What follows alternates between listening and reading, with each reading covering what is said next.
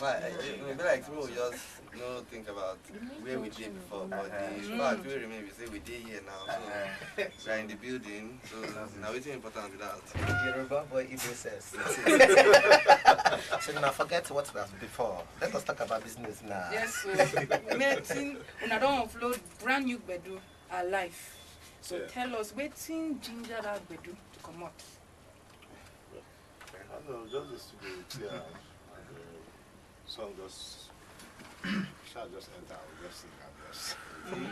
You see, I can't release a man for this year because everybody they happy say they cross over to the New Year. So we are celebrating the fact say we are alive. Subsidiaries.